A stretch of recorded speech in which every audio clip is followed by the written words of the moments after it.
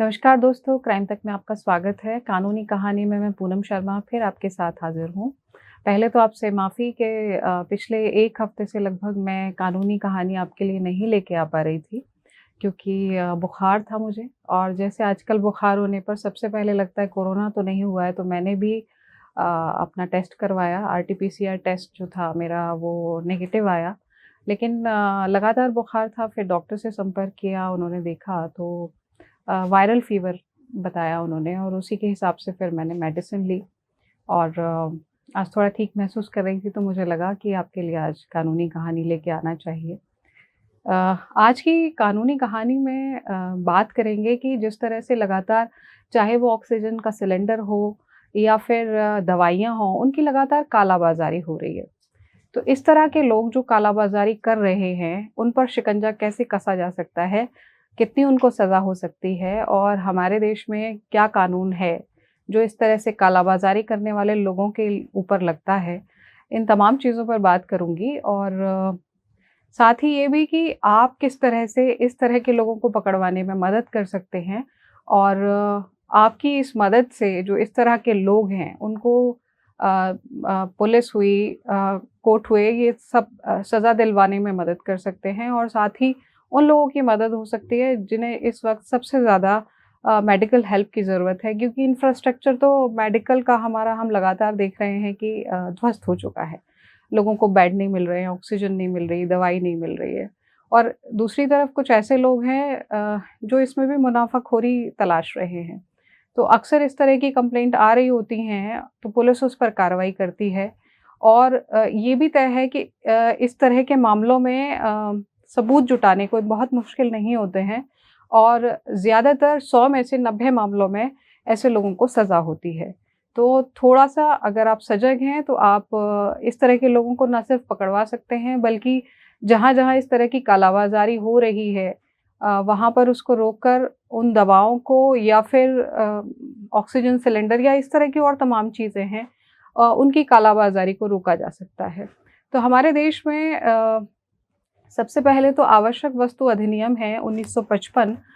जिसमें आवश्यक जो वस्तुएँ हैं, उनका कितना उत्पादन होना चाहिए, कहाँ तक वो पहुँचनी चाहिए और लोगों तक उनका क्या रेट फ़िक्स होना चाहिए, ये सरकार तय करती है और राज्य सरकार और केंद्र सरकार इसको मिलकर तय करते हैं और जो रेट फ़िक्स किया गया हुआ होता है सरकार के द्वारा, अगर उससे कोई ज़्यादा पर बेच रहा है, तो फिर ये कानूनन अपराध की श्रेणी में आता है और ये आवश्यक वस्तु अधिनियम की धारा 3 और 7 के तहत इस पर कार्रवाई हो सकती है उस व्यक्ति के खिलाफ और 7 साल तक की सज़ा का इसमें प्रावधान है।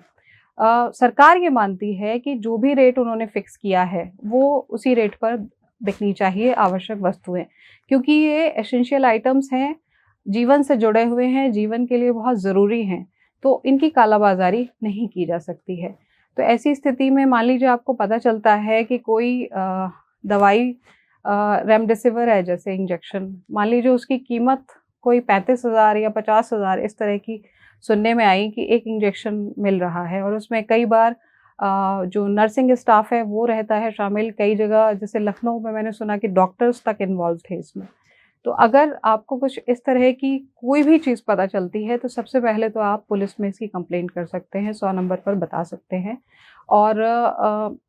पुलिस भी इस तरह के मामलों में जो है वो एफआईआर दर्ज करती है। ज़्यादातर इस तरह के जो मामले होते हैं जिसमें कालाबाज़ारी का है या आपने होर्डिंग की हुई है किसी व्यक्ति ने, तो उसमें एक तो 420 की आईपीसी की धारा 420, 188 इसके अलावा 120 बी और 34 जनरली इन धाराओं में मामला पुलिस की तरफ से दर्ज होता है। लेकिन सिर्फ़ यही नहीं है कि आवश्यक वस्तु अधिनियम हो या पुलिस जो एफआईआर दर्ज कर रही है आईपीसी की धारा में वही हो, और भी हमारे पास कानून है जिसमें प्रॉपर जो है वो सज़ा का प्रावधान है। ड्रग एक्ट है हमारे यहाँ का 1940 का, उसमें भी है कि कोई भी व्यक्ति किसी भी मेडिसिन को जब तक उसको राज्य या केंद्र सरकार की तरफ से लाइसेंस नहीं मिला है, वो दवाई की बिक्री नहीं कर सकता। यानी कि कोई भी ऐसा व्यक्ति, मान लीजिए कोई रेमडेसिविर का कोई इंजेक्शन है, तो किसी भी ऐसे व्यक्ति को ऐसा बेचने का अधिकार ही नहीं है जिसके पास लाइसेंस नहीं है। और अगर कोई इस तरह से दलाल बेच रहा है तो निश्चित रूप से फिर उसके खिलाफ कार्रवाई होगी। तो ये ड्रग एक्ट के मुताबिक भी अगर कोई दुकानदार भी ऐसा कर रहा है, तो ये भी पनिशेबल ऑफेंस है और इसमें उसका जो लाइसेंस है, वो तो कैंसल होगा ही होगा और सज़ा भी होगी। हाल ही में हमने देखा कि उत्तर प्रदेश में मुख्यमंत्री आदित्यनाथ योगी जो हैं, उन्होंने ये ऐलान किया कि जो भी इस तरह की दवाओं की कालाबाज़ारी कर रहे हैं, उन पर रासुका लगाया जाएगा। तो रासुका जो है वो इंदिरा गांधी के वक़्त में 1980 में लाया गया था और राष्ट्रीय कानून अधिनियम है ये और कुल मिलाकर ये तब लगाया जाता है और उस व्यक्ति का पर लगाया जाता है जिससे राष्ट्र को कोई नुकसान हो। देश के लिए आप खतरा पैदा हो रहे हैं या फिर ये आप कुछ ऐसा एक्ट कर रहे हैं जिससे जो आम जनमानस है, उसको परेशानी हो रही है, उसमें कहीं न कहीं उसके लिए जो आवश्यक चीज़ें हैं जैसे आज की तारीख में ऑक्सीजन है, दवाइयाँ हैं, वो जो सरकार ने एक चेन बनाई है उसको आप तोड़ रहे हैं, उसको बीच में आप होर्डिंग कर रहे हैं, कालाबाज़ारी कर रहे हैं। तो आम लोगों के तकलीफ़ों को आप बढ़ा रहे हैं, उनके लिए आप खतरा बन रहे हैं। तो ऐसे में रासुका आप पर लग सकता है और अगर रासुका आप पर लग रहा है ऐसे व्यक्ति का पर जो कालाबाज़ारी कर रहा है, तो फिर ये तो अपने आप में इतना सख्त है कि पुलिस सीधे आपको गिरफ्तार कर सकती है, किसी वारंट की ज़रूरत नहीं होती है। इसके अलावा 12 महीने तक बिना किसी आरोप के, सिर्फ़ अगर आप संदिग्ध हैं एजेंसी की नज़र में, तो 12 महीने तक आपको बिना किसी आरोप के जेल में रखा जा सकता है। और ख़ास तौर से उत्तर प्रदेश सरकार ने ये अनाउंस किया है कि अगर कोई भी जो कोरोना वॉरियर हैं, डॉक्टर्स हैं, पुलिस हैं, इन पर कोई अटैक करता है तो 7 साल की सज़ा होगी रासुका में उसको और 5 लाख रुपए का उस पर जुर्माना होगा। और यही तमाम चीज़ें जो हैं वो जो कालाबाज़ारी कर रहे हैं उन पर भी लागू होगी। तो अगर मान लीजिए कुछ मुनाफ़ा कमाने के लिए कुछ ऐसा लोग कर रहे हैं, कुछ लाख कमाने के लिए, तो निश्चित है कि पकड़े जाने पर उन्हें सालों फिर जेल में चक्की पीसनी पड़ेगी। और ये भी तय है कि इस समय जो ऐसा कर रहे हैं वो सिर्फ़ कानूनी रूप से ही नहीं, आप सामाजिक रूप से, भावनात्मक रूप से बहुत मानवता के लिए बहुत गलत मिसाल पेश कर रहे हैं। जब लोगों को इस वक़्त सबसे ज़्यादा लोगों की जान बचाने की ज़रूरत है, लोगों को मदद की ज़रूरत है और ऐसी स्थिति का आप फ़ायदा उठाकर अगर लोगों को लूट रहे हैं या उनकी परेशानी का फ़ायदा उठा रहे हैं, तो मुझे लगता है इससे ज़्यादा गलत काम तो हो ही नहीं सकता, ना सिर्फ़ कानून की किताब में बल्कि इंसानियत की किताब में भी ये बहुत गलत है। अभी जब से कोविड हुआ है तब से महामारी अधिनियम जो है वो भी लागू है और इसके तहत भी अगर आप इस तरह से दवाओं की कालाबाज़ारी या होर्डिंग कोई कर रहा है तो वो गैर कानूनी है और उसमें भी जो धारा 3 है इसकी वो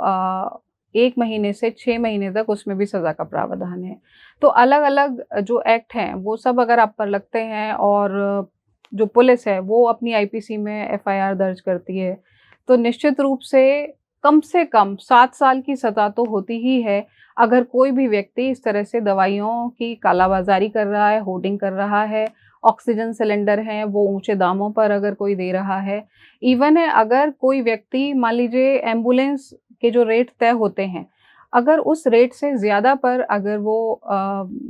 सेवाएँ दे रहा है, जैसे कई बार खबरें आई कि 12 किलोमीटर एक अस्पताल से दूसरे अस्पताल जाने के लिए एम्बुलेंस ने 40,000 रुपए वसूले। तो पुलिस ने पकड़ा उनको और उनके खिलाफ कार्रवाई अब इन्हीं सब एक्ट में होगी। तो आज की तारीख में जो एसेंशियल चीज़ें हैं, जो कोरोना के वक़्त आम लोगों की ज़रूरत है,